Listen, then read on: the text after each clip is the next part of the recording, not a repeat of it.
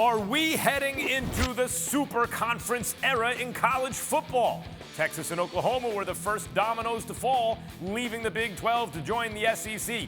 Bama head coach Nick Saban was on Get Up earlier today and spoke about the changing landscape. I think that, mega conferences may be something that, we all have to deal with in the future. I think, probably, money probably drives a lot of this. I can't blame people for that. It's sort of above my pay grade, though, to know, what we should do as a league in the SEC or what any other league should do. But I think as we progress forward, the mega conference, will create, a little more of a caste system maybe in college football. And I think everybody's got to decide if that's the direction we really want to go or not. For the haves, which obviously at Alabama we're one of the haves, it's probably a good thing. For some of the have-nots, maybe it won't work out as well. Let's go live now to SEC Media Days in Atlanta and our college football insider, Pete Thamel. Pete, you had a report on ESPN.com yesterday that the Big 12 and remaining members of the Pac-12 could not come together on an agreement to combine. What does this mean for conference realignment?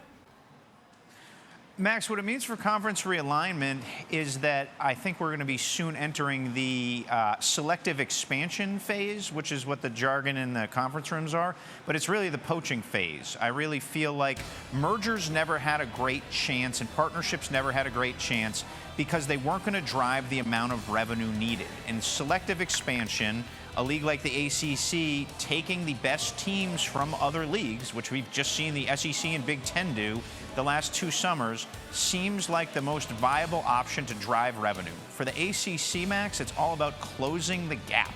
There's at least a $30 million annual gap, which may be growing, between that league and the Big Ten and the SEC. And schools like Clemson, Miami, Florida State, and North Carolina are desperate to find revenue to close that gap. What are you hearing about the SEC's plans for the college football playoff?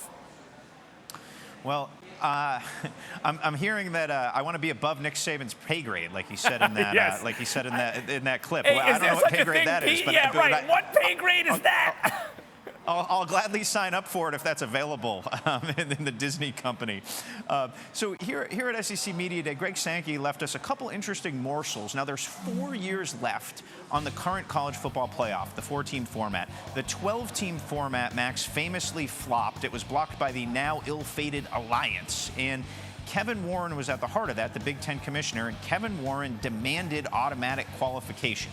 That was one of the big sticking points throughout all this. So Greg Sankey somewhat delighted yesterday, the SEC commissioner in his State of the Union, in pointing out that he thinks it should just be the 8, 12, 16 best teams, whatever it may be, and that automatic qualification is not needed. And he was essentially saying the SEC is secure enough that it will fill a lot of those spots. And he was subtly challenging other leagues like the Big Ten to develop that same security.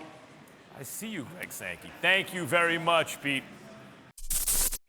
Thanks for watching ESPN on YouTube. For live streaming sports and premium content, subscribe to ESPN+.